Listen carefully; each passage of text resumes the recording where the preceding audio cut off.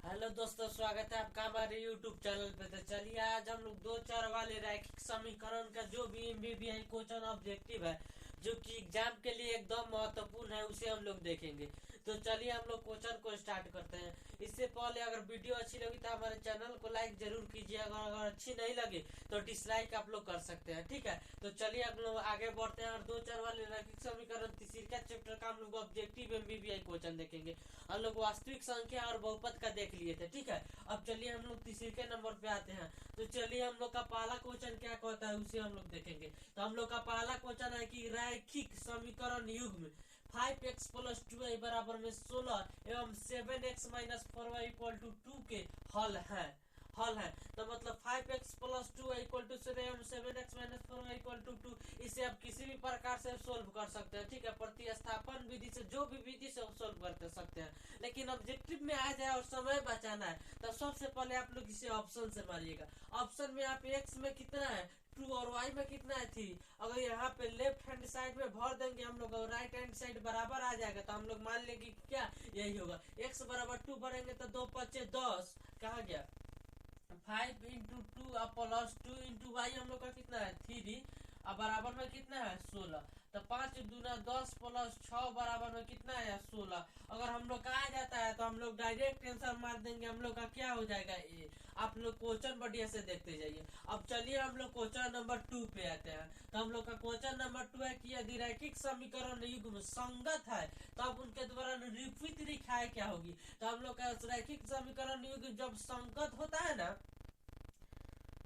संगत होता है तो निरूपित हम लोग का रेखाएं क्या होती है, एक प्रतिच्छेदी होती है और एक क्या होती है हम लोग का संपाती होती है, उसी पे गई होती है। इसी को हम लोग संगत कहते हैं, संगत रेखाएं। और जो असंगत होती है वो हम लोग का क्या होती है, समांतर होती है। तो हम लोग का इसमें क्या हो जाएगा, किसमें प्रतिच्छेदी एवं संपाती दोनों होती है, वो क्या युग्म होता है, संगत युग्म होता है। तो हम लोग का ऑप्शन नंबर डी हो जाएगा, संपाती एवं प्रतिच्छेदी। अब चलिए हम लोग अगले नंबर 3 पे चलते हैं। तो दो चर x y में रैखिक समीकरण ax plus B Y plus C equal to 0 के कितने हल होंगे। आप लोग कहीं भी देख लीजिएगा एक समीकरण चर x y में एक समीकरण रैखिक समीकरण दिया हो ना तो उसके अनगिनत अनंत हल होते हैं, ठीक है।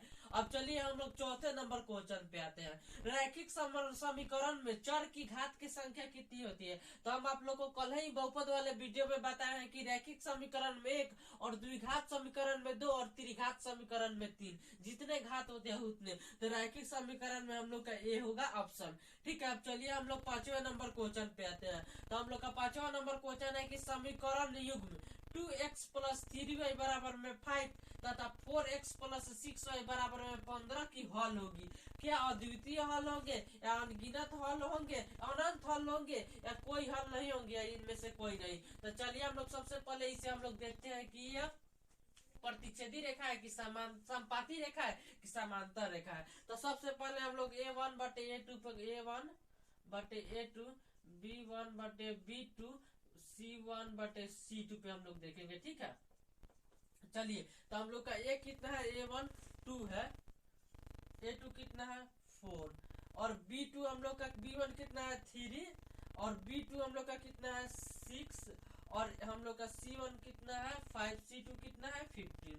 अब क्या हो जाएगा 2 दूनी मतलब 1/2, 3 2 जा मतलब 1/2 और 5 3 जा क्या हो जाएगा 1/3। तो हम लोग का क्या आया a1/a2 इक्वल टू b1/b2 और नॉट इक्वल टू c1/c2।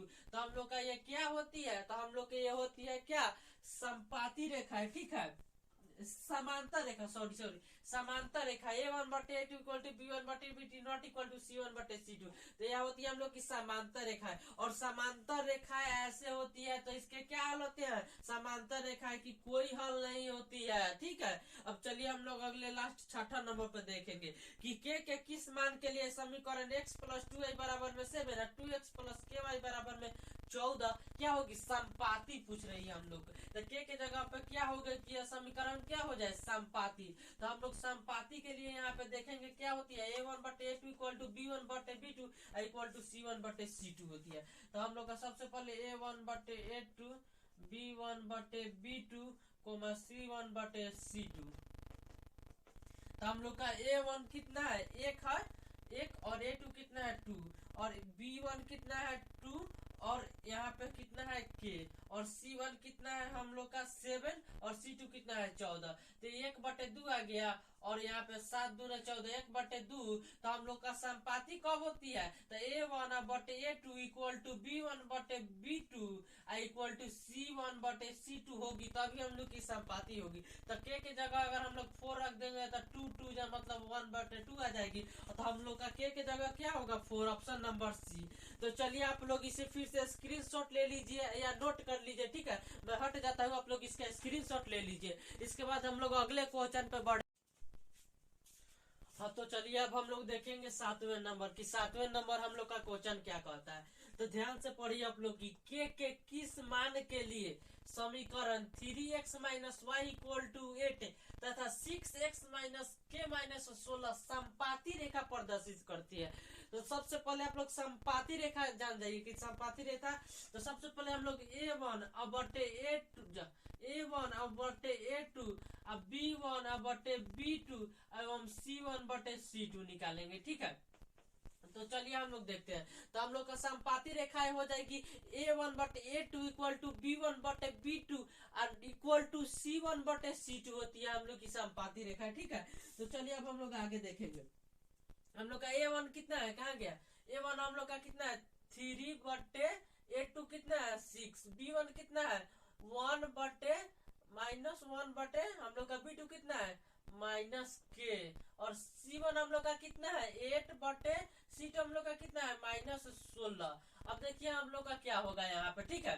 तो चलिए 3 2 जा क्या हो जाएगा 6, 1/2 हुआ, K से K कट जाएगा 1 नीचे कितना रखे 1/8, 2 जा 16 इक्वल टू 1 क्या होगा यहाँ पे 2, ठीक है।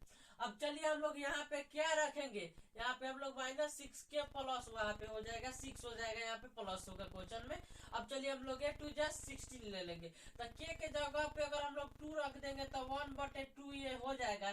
तो A1/A2 equal to B1/B2 equal to C1/C2 हो जाएगी। तो यही ना हम लोग की संपाती रेखाएं होती है। तो हम लोग यहाँ पे कितने रखेंगे K के जगह पे, तो हम लोग 2 रखेंगे, ऑप्शन नंबर है हम लोग का राइट आंसर, ठीक है। अब चलिए हम लोग 8वें नंबर क्वेश्चन पे बढ़ते हैं। तो हम लोग 8वां नंबर क्वेश्चन कहता है कि दो रैखिक समीकरण के आलेख समांतर रेखा है, तब रैखिक समीकरण का युग्म का हल क्या होगा। तो जब समांतर रेखा होगा तो उसका एक भी हल नहीं होंगे, ठीक है। समांतर रेखा जब ऐसे ऐसे होगी तो एक जगह भी नहीं टकराएंगे, तो ये का इसका कोई हल होगा तो नहीं होगा। तो ऑप्शन नंबर 1 कोई हल नहीं होगा। अब चलिए हम लोग 9वें नंबर क्वेश्चन पे देखते हैं।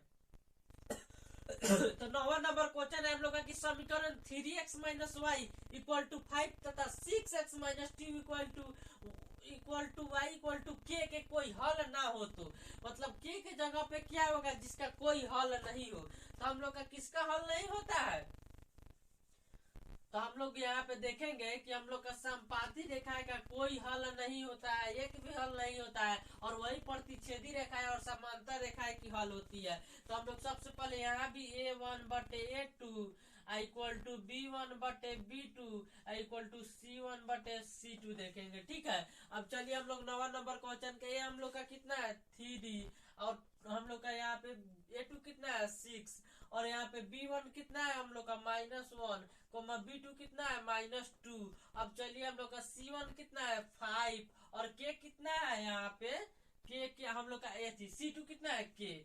तो 3 2 जा क्या होगा 6, 1/2, और माइनस से माइनस कट के ये क्या हो गया 1/2। अब 5 के जगह हम लोग का क्या होगा कि कोई हल ना हो कर रहा है, कोई हल हो नहीं, तो K के जगह हम लोग 10 रख देंगे तो हम लोग का हल हो जाएगा। तो क्या नहीं रखेंगे, तो 10 नहीं रखेंगे तो हल नहीं होगा। तो K = 10, ठीक है।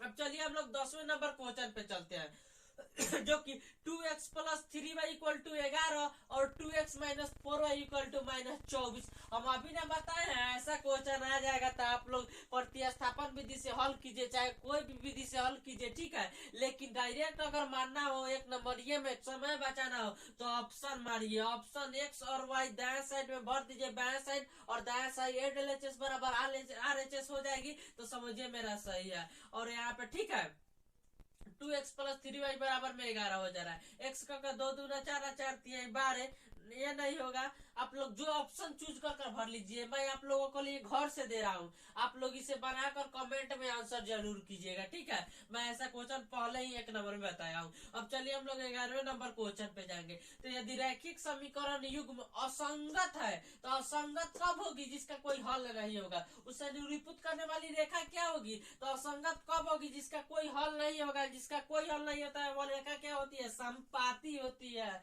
संपाती होती है कह रहे हैं, सॉरी यहाँ पे समांतर होती है। समांतर ट्रेन की पटरी जब कभी आपस में मिलेगी ही नहीं तो उसका कोई हल ही नहीं होगा, वह असंगत होगा, तो इसी के लिए उसकी समांतर होती है। अब चलिए हम लोग 12वें नंबर क्वेश्चन पे देखेंगे कि एक रैखिक समीकरण की घात होगी। तो 100 बार ये क्वेश्चन हम लोग दिए हैं, लेकिन यहाँ पे देखिए ऑप्शन चेंज हो गया है। तो एक रैखिक का एक होता है, तो एक रैखिक इसमें ऑप्शन में नहीं है, लेकिन डी में इनमें से कोई नहीं है, तो हम लोग डी मारेंगे। तो चलिए आप लोग क्वेश्चन देख लीजिए, स्क्रीनशॉट ले लीजिए, फिर हम लोग आगे बढ़ते हैं, ठीक है।